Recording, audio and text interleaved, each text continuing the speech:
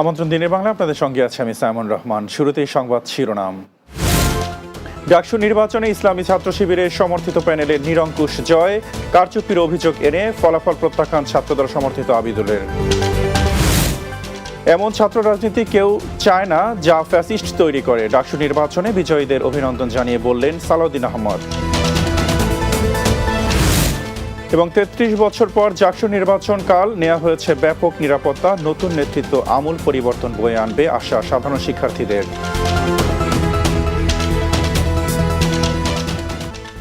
শুনছিলেন শিরোনাম, এবার বিস্তারিত। ঢাকা বিশ্ববিদ্যালয় কেন্দ্রীয় ছাত্র সংসদ ও হল সংসদ নির্বাচনে নিরঙ্কুশ জয় পেয়েছে বাংলাদেশ ইসলামী ছাত্র শিবির সমর্থিত panel. VP Mohammad Abu Sadiq, GS পদে এস.এম. ফরহাদ এবং এজিএস নির্বাচিত হয়েছেন মহিউদ্দিন খান। নিকটতম প্রতিদ্বন্দ্বী ছাত্রদল প্রার্থীর চেয়ে প্রায় দ্বিগুণ ভোট পেয়েছেন তারা। বুধবার সকালে সিনেট ভবন থেকে চূড়ান্ত ফলাফল ঘোষণা করা হয়। ডাকসুর ১০০ বছরের ইতিহাসে এই প্রথমবার শিবির সমর্থিত প্যানেল জয়লাভ করল। বিস্তারিত বুলবুল আহমেদের প্রতিবেদনে। বুধবার সকালে 8:30 ভোট গ্রহণের প্রায় 16 ঘণ্টা পর ঢাকা বিশ্ববিদ্যালয়ের সিনেট ভবন থেকে নির্বাচনের ফল ঘোষণা করে নির্বাচন কমিশন।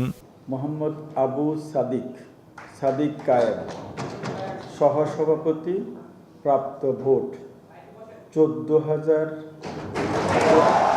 ফল ঘোষণার পর দেখা যায় সাহিত্য ও সাংস্কৃতিক সম্পাদক, গবেষণা ও প্রকাশনা সম্পাদক এবং সমাজসেবা সম্পাদক ছাড়া শিবিরের পূর্ণ প্যানেল জয়ী হয়েছে। ঐক্যবদ্ধ শিক্ষার্থী জোটের ভিপি প্রার্থী মোহাম্মদ আবু সাদিক পেয়েছেন 14,042 ভোট। তার নিকটতম প্রতিদ্বন্দ্বী ছাত্রদল সমর্থিত প্রার্থী মোহাম্মদ আবিদুল ইসলাম খান পেয়েছেন 5,708 ভোট। স্বতন্ত্র প্রার্থী উমামা ফাতেমা পেয়েছেন 3,389 ভোট। আরেক স্বতন্ত্র প্রার্থী শামীম হোসেন পেয়েছেন 3,681 ভোট। জিএস পদে ছাত্র শিবির সমর্থিত ঐক্যবদ্ধ শিক্ষার্থী জোটের প্রার্থী এস.এম. ফরহাদ পেয়েছেন 10,794 ভোট। তার নিকটতম প্রতিদ্বন্দ্বী ছাত্রদল সমর্থিত তানভীর বাড়ি হামিম পেয়েছেন 5,257 ভোট। অন্যদিকে প্রতিরোধ পর্ষদের প্রার্থী মেঘমল্লার বসু পেয়েছেন 4,949 ভোট। মোহাম্মদ মহিউদ্দিন খান সহ সাধারণ সম্পাদক, প্রাপ্ত ভোটের সংখ্যা 11,000। এজিএস পদে ছাত্র শিবির সমর্থিত প্রার্থী মহিউদ্দিন খান পেয়েছেন 9,501 ভোট। তার নিকটতম প্রতিদ্বন্দ্বী ছাত্রদল প্রার্থী তানভীর আল হাদি মায়েদ পেয়েছেন 5,064 ভোট। এ পদে বাকি প্রার্থীদের মধ্যে অদিতি 367 এবং আকাশ বিশ্বাস পেয়েছেন 222 ভোট। এদিকে ভোটে অনিয়ম ও কারচুপির অভিযোগ এনে ফলাফল প্রত্যাখ্যান করেন ছাত্রদল সমর্থিত প্রার্থী মোহাম্মদ আবিদুল ইসলাম খান। এছাড়া ডাকসু বর্জনের ঘোষণা দিয়েছেন স্বতন্ত্র প্রার্থী উমামা ফাতেমা। বুলবুল আহমেদ, বাংলা টিভি, ঢাকা। যে কোনো সমস্যায় শিক্ষার্থীদের পাশে থেকে সবার জন্য নিরাপদ ক্যাম্পাস গড়ে তোলা হবে বলে জানিয়েছেন ডাকসু নির্বাচনে বাংলাদেশ ইসলামী ছাত্র শিবির সমর্থিত প্যানেলের বিজয়ীরা। ফলাফল ঘোষণার পর বুধবার সকালে ঢাকা বিশ্ববিদ্যালয়ে সিনেট ভবনের সামনে নিজেদের প্রতিক্রিয়ায় তারা এ প্রতিশ্রুতি দেন। তারা জানান, যারা একসঙ্গে নির্বাচন করেছেন তাদের সবাইকে নিয়ে কাজ করবে ছাত্র শিবির। বলেন, ইশতেহার বাস্তবায়ন হলেই সত্যিকারের বিজয় হবে, সে লক্ষ্য নিয়েই কাজ করবেন তারা। সবার জন্য নিরাপদ ক্যাম্পাস গড়ে তোলা হবে বলে জানিয়ে তারা বলেন, সব ধর্ম ও মতকে সমন্বয় করে তারা কাজ করতে চান। বিশেষ করে নারীদের জন্য নিরাপদ পরিবেশ নিশ্চিত করা হবে।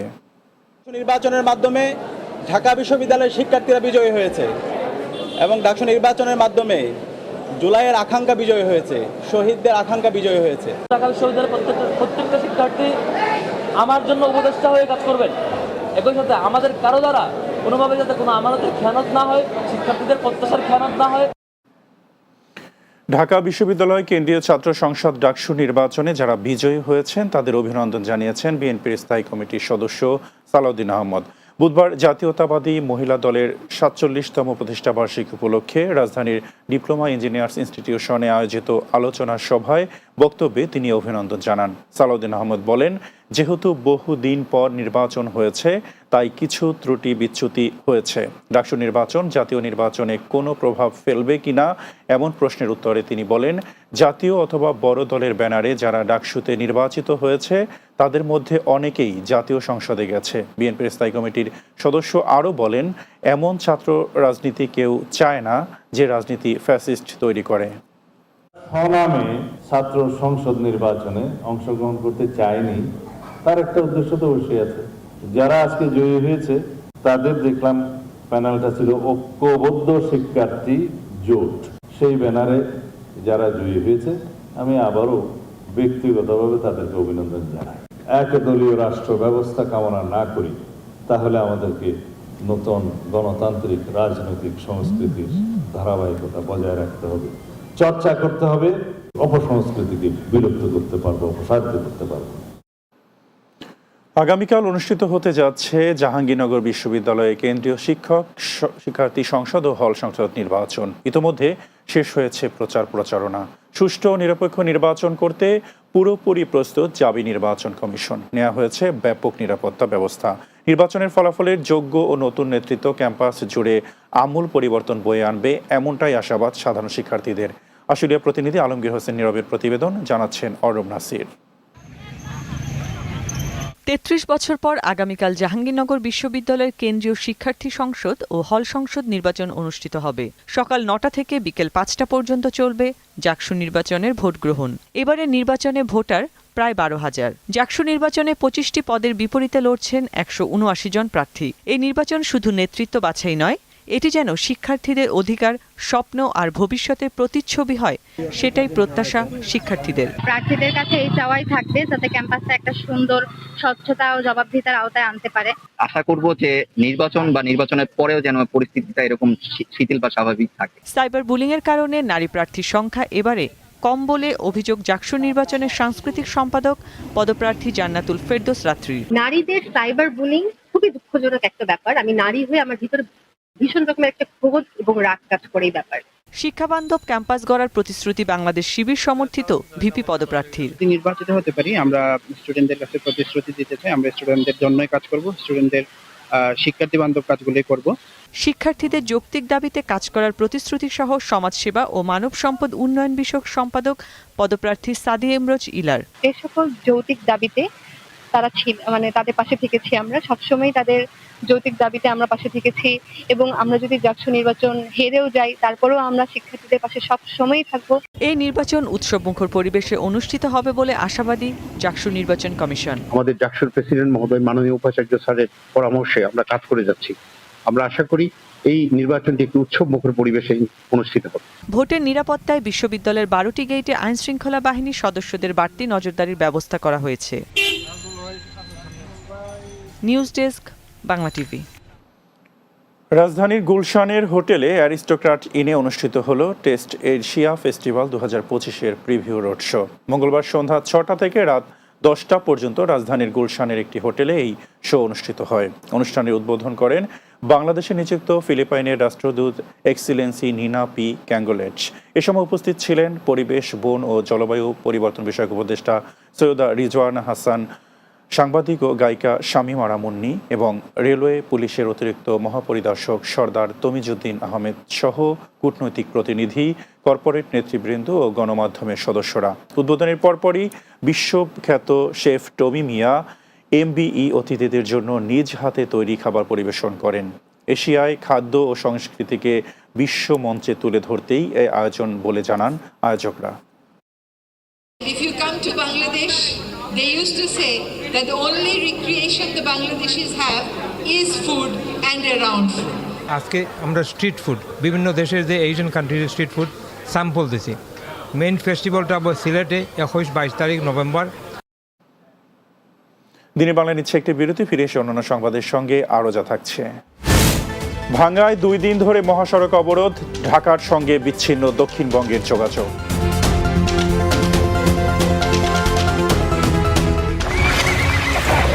অটোমান সাম্রাজ্যের ঐতিহাসিক কাহিনী এমনি জানতে পারবেন আমি কে। অনেকদিন ধরেই তোমাকে খুঁজছি। নতুন পাশা কি পারবে শান্তি ফেরাতে? নতুন পাশার জয়!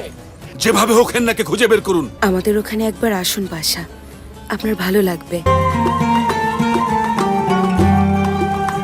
কসম খোদা, ওই কামারের জীবন আমি অতিষ্ঠ করে দেব। একদম চুপ, কথা বললে কি হবে তুমি কল্পনাও করতে পারবে না। ত্যায্য করলাম আমি এদেরকে। কোথায় নিয়ে যাচ্ছ? আমি কিছু করিনি, ছেড়ে দাও আমাকে।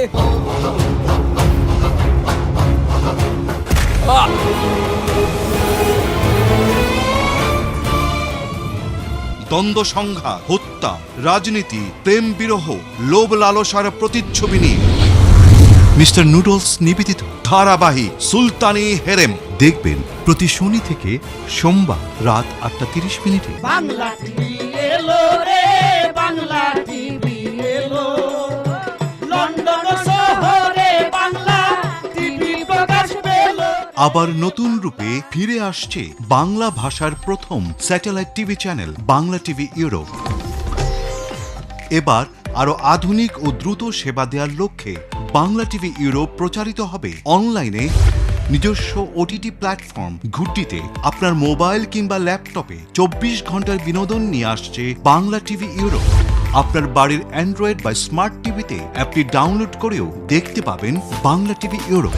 নাটক, সিনেমা, গান, টক শো, ধর্মীয়, স্বাস্থ্য, আইন আদালত, সংবাদ সহ প্রতিদিন আপনার পাশে থাকবে ইউরোপে বাঙালিদের প্রিয় চ্যানেল বাংলা টিভি ইউরোপ।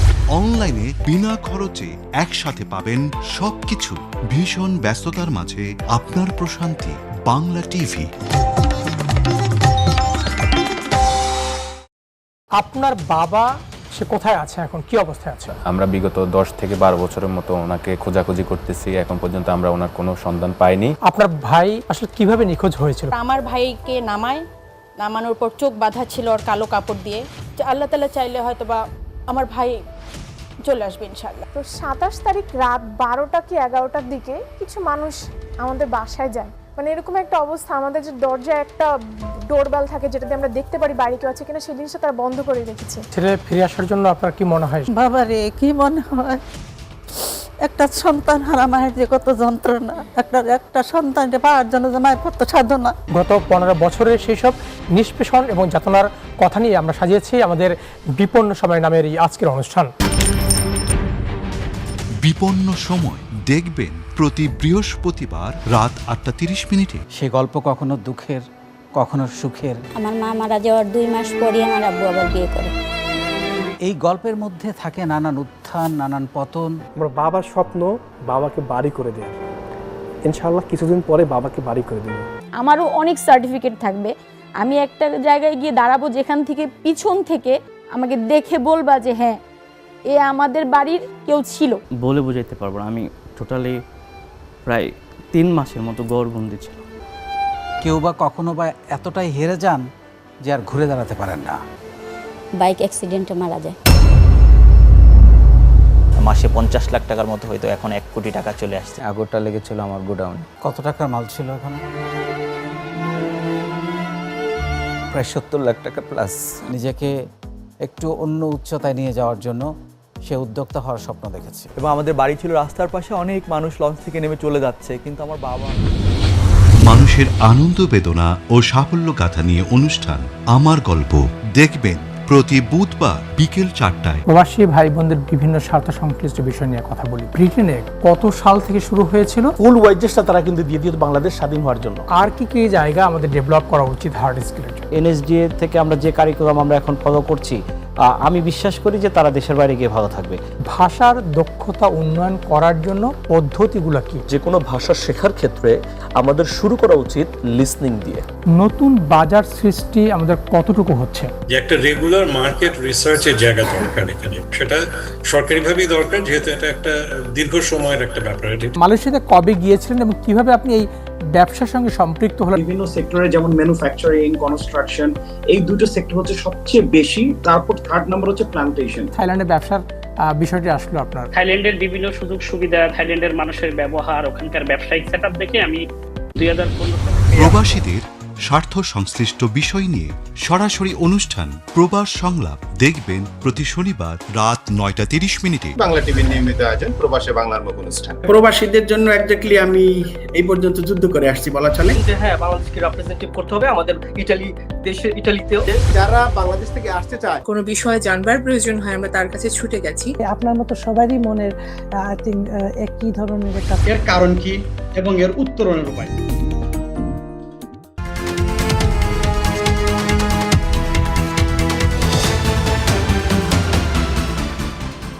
বিরতির পর দিনের বাংলা স্বাগত আরও একবার। ফরিদপুরের ভাঙ্গা উপজেলা থেকে আলগি ও হামিদরি ইউনিয়ন 2 টিকেটে ফরিদপুর 2 আসনে অন্তর্ভুক্ত করে গেজেট প্রকাশের প্রতিবাদে মহাসড়ক অবরোধ করে রেখেছে স্থানীয় জনতা। বুধবার সকাল 8টা থেকে সকল ধরনের যানবাহন চলাচল বন্ধ করে তারা, ফলে দক্ষিণ পশ্চিমাঞ্চলের অন্তত 21 জেলার সঙ্গে ঢাকার যোগাযোগ বিচ্ছিন্ন হয়ে পড়েছে। এতে মহাসড়কের চারদিকে শত শত যানবাহন আটকা পড়েছে। এতে উভয় পাশে তীব্র যানজটের সৃষ্টি হয়েছে, ভোগান্তিতে পড়েছে হাজার হাজার যাত্রী। অবরোধকারীরা অভিযোগ করে বলেন, এক দফা এক দাবি কেটে নেওয়া 2টি ইউনিয়ন ফরিদপুর 4 আসনে অন্তর্ভুক্ত করা হোক। যতক্ষণ দাবি মানা না হবে এই আন্দোলন চালিয়ে যাওয়ার ঘোষণা তাদের। বাগেরহাটে 4টি আসন থেকে একটি কমিয়ে 3টি আসন করায় 48 ঘন্টার হরতালের ডাক দিয়েছে সর্বদলীয় সম্মিলিত কমিটির নেতাকর্মীরা। সকাল থেকে সর্বদলীয় সম্মিলিত কমিটির ঢাকা টানা 2 দিনের হরতাল ও সড়ক পথ অবরোধ কর্মসূচি চলছে। হরতালের সমর্থনে মিছিল শুরু করেন সর্বদলীয় সম্মিলিত কমিটির নেতাকর্মীরা। এ সময় তারা হরতালের সমর্থনে স্লোগান দেন। 4টি আসন ফিরিয়ে দেওয়ার জন্য ইসিকে হুঁশিয়ারি দেন তারা। যতদিন পর্যন্ত 4টি আসন ফিরিয়ে না দেবে ততদিন পর্যন্ত আন্দোলন চালিয়ে যাওয়ার ঘোষণা দেন তারা। সুনামগঞ্জ জেলা জমিয়তের সহ সভাপতি মাওলানা মুশতাক আহমেদের লাশ উদ্ধারের ঘটনায় জমিয়তের অন্য গ্রুপের নেতা গ্রেফতার আব্দুল হাফিজকে জিজ্ঞাসাবাদ করতে 3 দিনের রিমান্ড মঞ্জুর করেছেন আদালত। বুধবার দুপুরে সিনিয়র জুডিশিয়াল ম্যাজিস্ট্রেট আদালতের বিচারক SM শাফায়াত সালাম এই রিমান্ড মঞ্জুর করেন। 3 দিনের রিমান্ডের বিষয়টি নিশ্চিত করেছেন সুনামগঞ্জ আদালতের পরিদর্শক মোহাম্মদ আকবর হোসেন।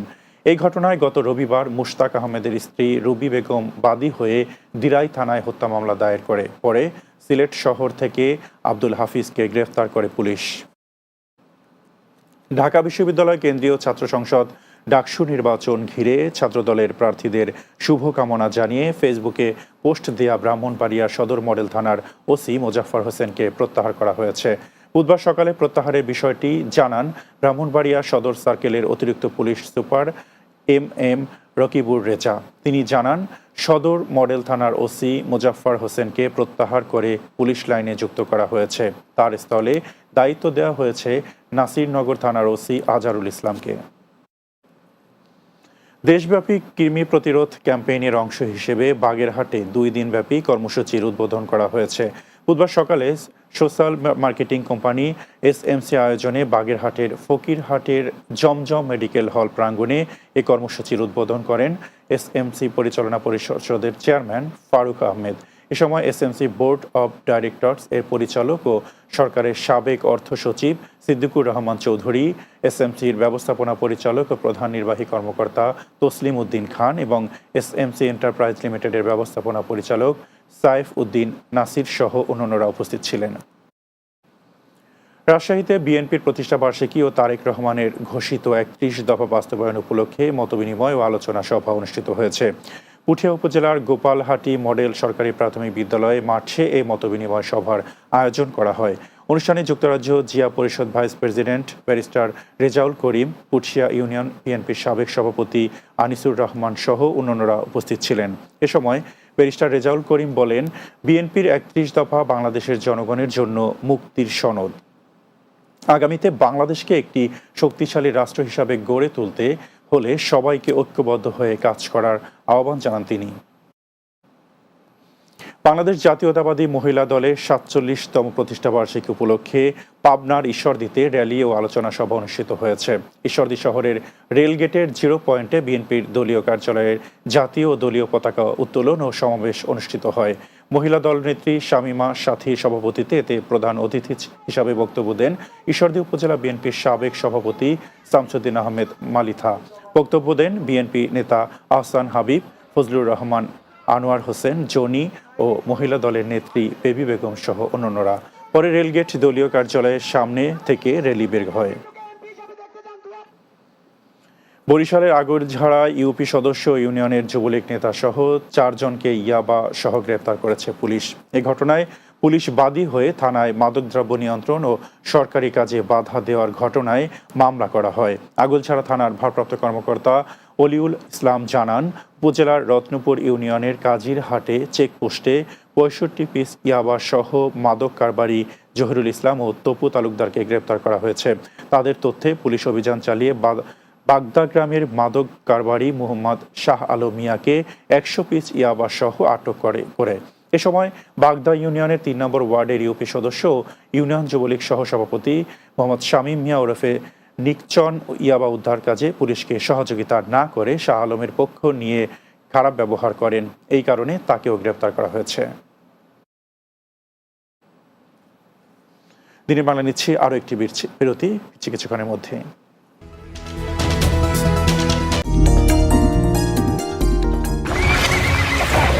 অটোমান সাম্রাজ্যের ঐতিহাসিক কাহিনী এমনি জানতে পারবেন আমি কে। অনেকদিন ধরেই তোমাকে খুঁজছি। নতুন পাশা কি পারবে শান্তি ফেরাতে? নতুন পাশার জয়। যেভাবে হোক হেন্নাকে খুঁজে বের করুন। আমাদের ওখানে একবার আসুন পাশা, আপনার ভালো লাগবে। কসম খোদা, ওই কামারের জীবন আমি অতিষ্ঠ করে দেব। একদম চুপ, কথা বললে কি হবে তুমি কল্পনাও করতে পারবে না। ত্যায্য করলাম আমি এদেরকে। কোথায় নিয়ে যাচ্ছ? আমি কিছু করিনি, ছেড়ে দাও আমাকে।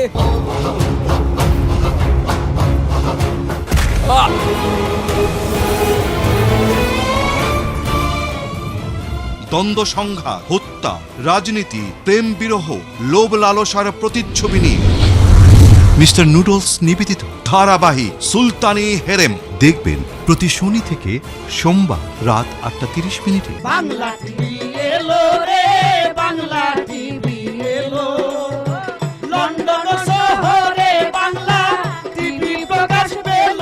আবার নতুন রূপে ফিরে আসছে বাংলা ভাষার প্রথম satellite TV channel Bangla TV Europe. এবার আরো আধুনিক ও দ্রুত সেবা দেওয়ার লক্ষ্যে বাংলা টিভি ইউরোপ প্রচারিত হবে অনলাইনে নিজস্ব ওটিটি প্ল্যাটফর্ম ঘুটটিতে। আপনার মোবাইল কিংবা ল্যাপটপে 24 ঘন্টার বিনোদন নিয়ে আসছে বাংলা টিভি ইউরোপ। আপনার বাড়ির অ্যান্ড্রয়েড বা স্মার্ট টিভিতে অ্যাপটি ডাউনলোড করেও দেখতে পাবেন বাংলা টিভি ইউরোপ। নাটক, সিনেমা, গান, টক শো, ধর্মীয়, স্বাস্থ্য, আইন আদালত, সংবাদ সহ প্রতিদিন আপনার পাশে থাকবে ইউরোপে বাঙালিদের প্রিয় চ্যানেল বাংলা টিভি ইউরোপ। অনলাইনে বিনা খরচে একসাথে পাবেন সবকিছু। ভীষণ ব্যস্ততার মাঝে আপনার প্রশান্তি বাংলা টিভি। আপনার বাবা সে কোথায় আছে এখন, কি অবস্থায় আছে? আমরা বিগত 10 থেকে 12 বছরের মতো ওনাকে খোঁজাখুঁজি করতেছি, এখন পর্যন্ত আমরা ওনার কোনো সন্ধান পাইনি। আপনার ভাই আসলে কিভাবে নিখোঁজ হয়েছিল? আমার ভাইকে নামানোর পর চোখ বাঁধা ছিল ওর কালো কাপড় দিয়ে।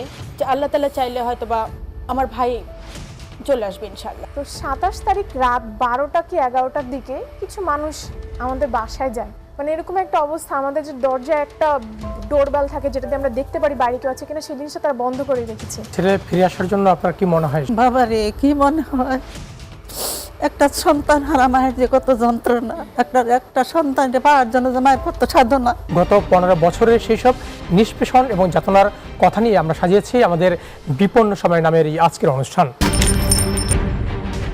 বিপন্ন সময় দেখবেন প্রতি বৃহস্পতিবার রাত 8:30 মিনিটে। সে গল্প কখনো দুঃখের, কখনো সুখের। আমার মা মারা যাওয়ার 2 মাস পরই আমার আব্বু আবার বিয়ে করে। এই গল্পের মধ্যে থাকে নানান উত্থান, নানান পতন। আমার বাবার স্বপ্ন বাবাকে বাড়ি করে দেওয়া। ইনশাআল্লাহ কিছুদিন পরে বাবাকে বাড়ি করে দেব। আমারও অনেক সার্টিফিকেট থাকবে। আমি একটা জায়গায় গিয়ে দাঁড়াবো যেখান থেকে পিছন থেকে আমাকে দেখে বলবা যে হ্যাঁ এ আমাদের বাড়ির কেউ ছিল। বলে বোঝাইতে পারবো না, আমি টোটালি প্রায় 3 মাসের মতো গড়বন্দি ছিল। কেউ বা কখনো বা এতটাই হেরে যান যে আর ঘুরে দাঁড়াতে পারেন না। বাইক অ্যাক্সিডেন্টে মারা যায়। মাসে 50 লাখ টাকার মতো হয়তো, এখন 1 কোটি টাকা চলে আসছে। আগুনটা লেগেছিল আমার গোডাউনে। কত টাকার মাল ছিল এখানে? প্রায় 70 লাখ টাকা প্লাস। নিজেকে একটু অন্য উচ্চতায় নিয়ে যাওয়ার জন্য সে উদ্যোক্তা হওয়ার স্বপ্ন দেখেছে। এবং আমাদের বাড়ি ছিল রাস্তার পাশে, অনেক মানুষ লঞ্চ থেকে নেমে চলে যাচ্ছে, কিন্তু আমার বাবা। মানুষের আনন্দ বেদনা ও সাফল্য গাথা নিয়ে অনুষ্ঠান আমার গল্প দেখবেন প্রতি বুধবার বিকেল 4টায়। প্রবাসী ভাই বোনদের বিভিন্ন স্বার্থ সংশ্লিষ্ট বিষয় নিয়ে কথা বলি। ব্রিটেনে কত সাল থেকে শুরু হয়েছিল ফুল ওয়াইজেসটা তারা কিন্তু দিয়ে দিত বাংলাদেশ স্বাধীন হওয়ার জন্য। আর কি কি জায়গা আমাদের ডেভেলপ করা উচিত হার্ড স্কিলের জন্য? এনএসডিএ থেকে আমরা যে কারিকুলাম আমরা এখন ফলো করছি, আমি বিশ্বাস করি যে তারা দেশের বাইরে গিয়ে ভালো থাকবে। ভাষার দক্ষতা উন্নয়ন করার জন্য পদ্ধতিগুলো কি? যে কোনো ভাষা শেখার ক্ষেত্রে আমাদের শুরু করা উচিত লিসনিং দিয়ে। নতুন বাজার সৃষ্টি আমাদের কতটুকু হচ্ছে? যে একটা রেগুলার মার্কেট রিসার্চের জায়গা দরকার এখানে, সেটা সরকারিভাবেই দরকার, যেহেতু এটা একটা দীর্ঘ সময়ের একটা ব্যাপার। মালয়েশিয়াতে কবে গিয়েছিলেন এবং কিভাবে আপনি এই ব্যবসার সঙ্গে সম্পৃক্ত হলেন? বিভিন্ন সেক্টরে যেমন ম্যানুফ্যাকচারিং, কনস্ট্রাকশন, এই দুটো সেক্টর হচ্ছে সবচেয়ে বেশি। তারপর থার্ড নাম্বার হচ্ছে প্ল্যান্টেশন। থাইল্যান্ডে ব্যবসার বিষয়টি আসলো আপনার? থাইল্যান্ডের বিভিন্ন সুযোগ সুবিধা, থাইল্যান্ডের মানুষের ব্যবহার, ওখানকার ব্যবসায়িক সেটআপ দেখে আমি 2015 প্রবাসীদের স্বার্থ সংশ্লিষ্ট বিষয় নিয়ে সরাসরি অনুষ্ঠান প্রবাস সংলাপ দেখবেন প্রতি শনিবার রাত 9:30 বাংলা টিভির নিয়মিত আয়োজন প্রবাসে বাংলার মুখ অনুষ্ঠান। প্রবাসীদের জন্য একজাক্টলি আমি এই পর্যন্ত যুদ্ধ করে আসছি বলা চলে। হ্যাঁ, বাংলাদেশকে রিপ্রেজেন্টেটিভ করতে হবে আমাদের ইটালিতেও। যারা বাংলাদেশ থেকে আসতে চায়, কোনো বিষয়ে জানবার প্রয়োজন হয়, আমরা তার কাছে ছুটে গেছি। আপনার মতো সবারই মনের একই ধরনের এর কারণ কি এবং এর উত্তরণের উপায় কি? অনেক সেক্টর বন্ধ হয়ে গেছে, অনেকে ব্যবসা বাণিজ্য বন্ধ হয়ে গেছে। এখানে রাজনীতিতে যখন ভূমিকা রাখা যায় তখন বাংলাদেশের সম্মানকে আরো বেশি বুলন্দিত করা হয়। পে অর্ডার জালিয়াতির অভিযোগে এস আলম গ্রুপের কর্ণধার সাইফুল আলমের 2 ছেলে, এক উপকর কমিশনার ও ফার্স্ট সিকিউরিটি ইসলামী ব্যাংকের 7 কর্মকর্তা সহ 10 জনের বিরুদ্ধে মামলা করেছে দুদক। চট্টগ্রাম সমন্বিত জেলা কার্যালয় 1A উপসহকারী পরিচালক মোহাম্মদ নিজাম উদ্দিন এই মামলা করেন। দুদকের উপপরিচালক সুবেল আহমেদ জানান, অভিযুক্তরা একটি ব্যাংক হিসাবে পে অর্ডার ইস্যু ও হিসাব বিবরণী তথ্য দেখালেও সেই হিসাব খোলা হয় ঘটনা পরবর্তী 5.5 মাস পরে এবং জমার কোনো রসিদও পাওয়া যায়নি। চট্টগ্রাম নগরের বায়েজিদ থানার আব্দুল্লাহ আল মনির প্রকাশ পিন্টু হত্যা মামলায় গ্রেপ্তার 7 আসামিকে বিভিন্ন মেয়াদে রিমান্ড মঞ্জুর করেছেন আদালত। চট্টগ্রাম মেট্রোপলিটন ম্যাজিস্ট্রেট মোহাম্মদ আলমগীর হোসেন আদালতে রিমান্ডের আদেশ দেন। বাদীপক্ষের আইনজীবী মোহাম্মদ নাজিম উদ্দিন চৌধুরী জানান, গ্রেপ্তার 7 জনের 10 দিনের রিমান্ড আবেদন করেন মামলার তদন্তকারী কর্মকর্তা। আসামি ও মামলার তদন্তকারী কর্মকর্তার উপস্থিতিতে শুনানি শেষে 7 জনের বিভিন্ন মেয়াদে রিমান্ড মঞ্জুর করেন আদালত। শেষ করব দিনের বাংলা, যাওয়ার আগে শিরোনামগুলো আরও একবার। ডাকসু নির্বাচনে ইসলামী ছাত্র শিবির সমর্থিত প্যানেলের নিরঙ্কুশ জয়, কারচুপির অভিযোগ এনে ফলাফল প্রত্যাখ্যান ছাত্রদল সমর্থিত আবিদুলের। এমন ছাত্র রাজনীতি কেউ চায় না যা ফ্যাসিস্ট তৈরি করে, ডাকসু নির্বাচনে বিজয়ীদের অভিনন্দন জানিয়ে বললেন সালাউদ্দিন আহমদ। 33 বছর পর ডাকসু নির্বাচন কাল, নেওয়া হয়েছে ব্যাপক নিরাপত্তা, নতুন নেতৃত্ব আমূল পরিবর্তন বয়ে আনবে আশা সাধারণ শিক্ষার্থীদের। এবং ভাঙায় 2 দিন ধরে মহাসড়ক অবরোধ, ঢাকার সঙ্গে বিচ্ছিন্ন দক্ষিণবঙ্গের যোগাযোগ।